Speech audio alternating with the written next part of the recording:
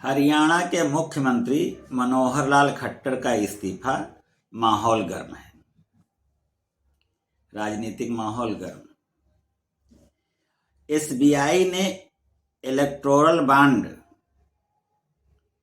से संबंधित सभी सूचनाएं इलेक्शन कमीशन को सौंप दिया आज। जैसा कि पहले से विदित है कि कल सुप्रीम कोर्ट इस पर सख्त रवैया अपना करके और एसबीआई को निर्देश दिया था कि कल हर हालत में चुनाव आयुक्त को इससे संबंधित सभी सूचनाएं पहुंच जानी चाहिए और चुनाव आयुक्त को भी निर्देश दिया है सुप्रीम कोर्ट कि वो 15 तारीख को अपनी वेबसाइट पर ये चुनावी बॉन्ड की सभी सूचनाएं उस पर डाल दे, जिससे आम नागरिक समझ सके कि किस पार्टी को कितना चंदा मिला है। और एक और खबर है कि चुनाव आयुक्त की नियुक्ति को लेकर सुप्रीम कोर्ट में आज एक केस दायर हुआ और केस दायर करने वाले जो वकील हैं वो प्रशांत भूषण हैं।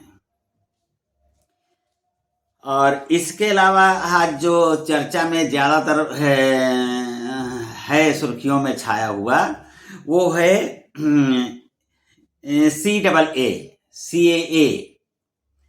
इसका CAA का मतलब भी आपको समझना आवश्यक है। वो हो आप आसानी से समझें, हम आपकी भाषा में समझा रहे हैं। इस C का मतलब होता है सिटीजनशिप, यानी नागरिकता। हमने पहले भी बताया था कुछ दिन पहले कि अंग्रेजी हावी रहती है हर समय, कि आम नागरिकों की समझ से बाहर निकल जाएं सभी बात। तो C का मतलब होता है सिटीजनशिप, यानी नागरिकता। और पहले वाले A का मतलब है अमेंडमेंट, यानी संशोधन, मतलब नागरिकता संशोधन। और फिर दूसरे वाले A का मतलब है एक्ट, यानी कानून। नागरिकता संशोधन संबंधी कानून यह आज भारत में लागू हो गया। ये क्या है अभी बताते हैं। और इससे संबंधित एक और शॉर्ट फॉर्म में आया है NRC। N का मतलब नेशनल, R का मतलब रजिस्टर और C का मतलब सिटीजन, यानी राष्ट्रीय नागरिकता रजिस्टर। अब आते हैं और एक इसके अलावा और जजों के इस्तीफे का मामला। और अरुण गोयल जो चुनाव आयुक्त थे, आप जानते हैं कि जो चुनाव आयोग है भारत का वो 3 लोगों की एक बेंच है। उसमें एक मुख्य चुनाव आयुक्त होता है और 2 चुनाव आयुक्त होते हैं। हमारे यहाँ मुख्य चुनाव आयुक्त के अतिरिक्त एक और जज थे अरुण गोयल, और एक जज का पद खाली था। अरुण गोयल ने अभी जल्दी में इस्तीफा दे दिया। समस्याएं कुछ भी हों, लेकिन उनका इस्तीफा हो गया। और एक जो अभी हम बता रहे थे कि चुनाव आयुक्त की नियुक्ति को लेकर सुप्रीम कोर्ट में केस दायर हुआ है। वो मामला क्या है? वो मामला ये है कि कुछ दिन पहले भारत सरकार ने चुनाव नियुक्ति जो कमेटी होती थी उसमें संशोधन कर दिया। पहले चुनाव आयुक्त की नियुक्ति जो होती थी उसमें भारत का प्रधानमंत्री, विपक्ष का नेता और सुप्रीम कोर्ट का न्यायाधीश, मुख्य न्यायाधीश, ये 3 मिलकर के चुनाव आयुक्तों की नियुक्ति करते थे। अब जो नया कानून बना उसके अंतर्गत प्रधानमंत्री और उनकी कैबिनेट का एक मंत्री और विपक्ष का नेता होगा, यानी सुप्रीम कोर्ट को बाहर कर दिया गया। इस चीज को लेकर के सुप्रीम कोर्ट में एक अपील दाखिल की गई है कि इस कमेटी में चुनाव आयुक्त का होना आवश्यक है। चंडीगढ़ में अभी एक चुनाव में आप सभी जानते हैं कि जो चीजें सामने आई उनको लेकर के कुछ लोग, अन्य पार्टियां जो हैं, विपक्ष की पार्टियां हैं, वो ज़्यादा गंभीर हैं और इन्हीं सब चीज़ों को देखते हुए सुप्रीम कोर्ट में आज एक याचिका दाखिल हो गई, जो स्वीकार भी कर ली गई है और वो जल्द से जल्द उसमें सुनवाई भी होगी। अब बात करते हैं हरियाणा के मुख्यमंत्री मनोहर लाल खट्टर के इस्तीफे की। आप जानते हैं भारतीय जनता पार्टी की वहाँ सरकार थी, ये उनके दल के मुख्यमंत्री हैं, उनका आज इस्तीफा ले लिया गया। विपक्षियों का कहना है, विपक्षी दलों का कहना है कि भारतीय जनता पार्टी डरी हुई है, मनोहर लाल खट्टर ने कुछ काम नहीं किया, इसलिए वो जानती है कि वहाँ से वो हार जाएंगे, इसलिए मुख्यमंत्री बदल दिया और दूसरा मुख्यमंत्री नियुक्त हो गया। लेकिन वहाँ भी विवाद है, जो मुख्यमंत्री बनाए गए हैं उनसे सभी लोग अभी संतुष्ट नहीं हैं, भारतीय जनता पार्टी के ही लोग। और एसबीआई ने जो सूचनाएं दी हैं, आपको ज्ञात हो कि इलेक्टोरल बॉन्ड जो है, चुनावी जो बॉन्ड था, वो उसमें पारदर्शिता ना के बराबर होने के कारण, जैसा कि सुप्रीम कोर्ट ने माना, उसको निरस्त कर दिया था और एसबीआई से उसकी सूचना मांगी थी कि किस पार्टी को कितना पैसा मिला है, ये सार्वजनिक होना चाहिए, सूचना के अधिकार के अंतर्गत आना इसको चाहिए। एसबीआई को 6 तारीख को इसकी सूचना देनी थी, उसने 30 जून तक समय मांग लिया कि हम 30 जून के पहले नहीं दे सकते हैं। सुप्रीम कोर्ट सख्त हो गया, नहीं, कहा कि नहीं, आपको 12 तारीख को देना है। तो आज एसबीआई ने उसकी सूचना चुनाव आयुक्त को दे दिया और चुनाव आयुक्त अब इसे अपनी वेबसाइट पर 15 तारीख को डालेगा। वो उसमें ये मालूम हो जाएगा कि किस पार्टी को कितना चंदा मिला और वो कहाँ जा रहा है चंदा। तो ये है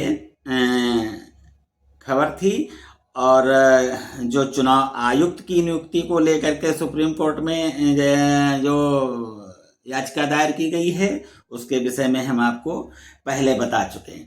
तो अब बात करते हैं कि ये जजों का जो इस्तीफा मतलब हो रहा है, और इसको लेकर के सबसे पहले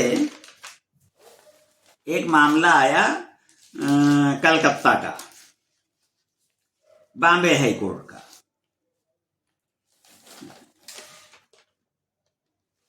कलकत्ता हाई कोर्ट के पूर्व जस्टिस अभिजीत गंगोपाध्याय अपने पद से इस्तीफा देकर और भारतीय जनता पार्टी में शामिल हुए। और जब वो शामिल हुए उसके एक दिन पहले उन्होंने बता दिया कि हमको भारतीय जनता पार्टी में शामिल होना है।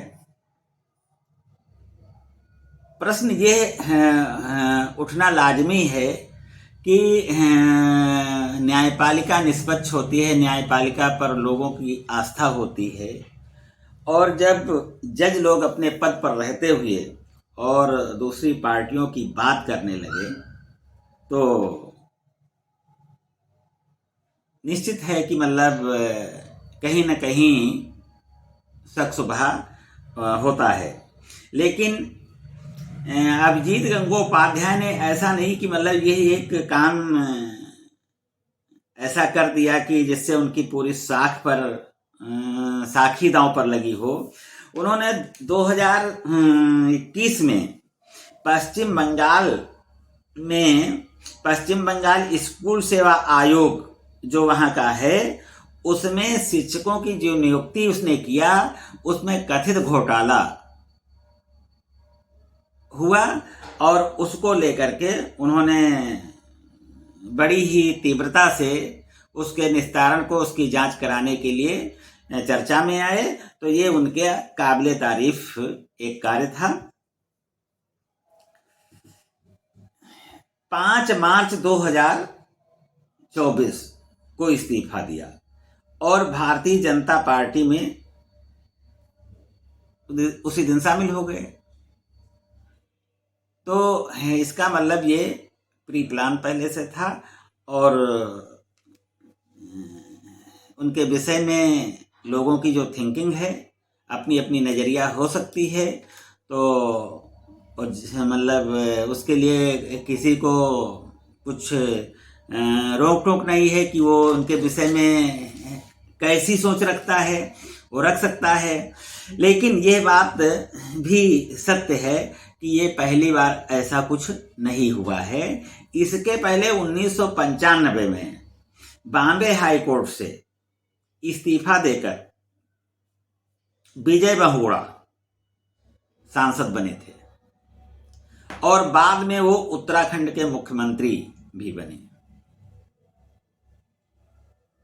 तो जजों में मतलब इस तरीके की ख्वाहिशें, उनकी इच्छाएं प्रबल पहले से ही रही हैं। इसी तरीके से पंजाब और हरियाणा हाई कोर्ट के मुख्य न्यायाधीश रहे न्यायमूर्ति एम रामा जोइस रिटायरमेंट के बाद राज्यसभा सदस्य बने और वो 2002 से 2004 तक झारखंड बिहार के राज्यपाल बने। तो ये कहा जा सकता है कि ये सब चीज़ें मतलब पहले से भी होती आई हैं। इसके अलावा हम आपको थोड़ा सा और जजों की बहुत लंबी लिस्ट है, लेकिन कुछ जजों के विषय में बताएंगे कि जो मतलब इस्तीफा दे करके और वो ज़्यादातर लोग राजनीति में आए हैं। तो न्यायमूर्ति जयंत पटेल, ये 2017 में गुजरात और कर्नाटक के ये न्यायाधीश रह चुके थे और इन्होंने इस्तीफा दे दिया था। और इस्तीफा का कारण कुछ फिलहाल नहीं स्पष्ट है, लेकिन इस्तीफा दिया। नक्का बाल योगी 2018 में इस्तीफा दिया। बी ताहिर रमानी 2019 में इस्तीफा दिया। अनंत विजय सिंह 2020 में इस्तीफा दिया। SC धर्माधिकारी 2020 में इस्तीफा दिया। संगीता ढींगरा सहगल 2020 में इस्तीफा दिया। सुनील कुमार अवस्थी 2021 में इस्तीफा दिया। शरद कुमार गुप्ता 2021 में इस्तीफा दिया। दामा शेषाद्रि नायडू 2021 में इस्तीफा दिया। न्यायमूर्ति चंद्रभूषण बारोवालिया 2022 में इस्तीफा दिया। अजय तिवारी 2022 में इस्तीफा दिया। रोहित बीदेव 2023 में। ये सब अगर एक आध को निकाल दें तो सब राजनीति में ही मतलब जाने के लिए इस्तीफा दिए हैं। तो राजनीति एक ऐसी चीज है कि वो न्यायाधीशों को भी अपने मतलब उसमें चपेट में ले लेती है, उनको अपनी तरफ आकर्षित कर लेती है। लेकिन ये चीज़ें लोकतंत्र के लिए अच्छी नहीं है कि अभी भी अगर लोकतंत्र कहीं जिंदा पाया जाता है तो न्यायपालिका में ही पाया जाता है। सर्वोच्च न्यायालय के मुख्य न्यायाधीश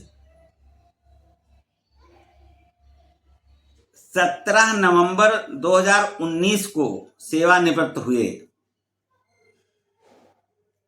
मैं बात कर रहा हूं गगोई साहब की। तो 17 नवंबर 2019 को सेवानिवृत्त हुए। 19 मार्च 2020 को वो राज्यसभा सांसद की शपथ ले लिया। और आपको याद दिला दें, 7 नवंबर 2019 को राम जन्मभूमि का फैसला इन्हीं के बेंच ने सुनाया था। यद्यपि इनके परिवार में ज्यादातर लोग राजनीति में रहे हैं। असम के पूर्व इनके पिता जो थे असम के पूर्व मुख्यमंत्री रह चुके हैं, उनके ये बेटे हैं केशव चंद्र गोगोई। और इनके नाना नानी, दादा दादी सब राजनीति में थे लगभग, जहां तक मुझे जानकारी इकट्ठा करने से प्राप्त हुई है। और अगर कहीं पर कुछ कमी इधर उधर हो सकती है, लेकिन इनके परिवार से लोग, इनसे संबंधित लोग ज्यादातर राजनीति में रहे हैं। तो न्यायपालिका भी राजनीति से अछूती नहीं है। राजनीति की तरफ जनमानस, अधिकारी, नेता, न्यायाधीश और आईएएस पीसीएस जितने हैं, रिटायर होने के बाद या रिटायर के पहले वीआरएस लेकर के सब राजनीति में जाना चाहते हैं। तो आज के वीडियो में बस इतना ही, और कल फिर मिलेंगे कोई नई सूचना के साथ।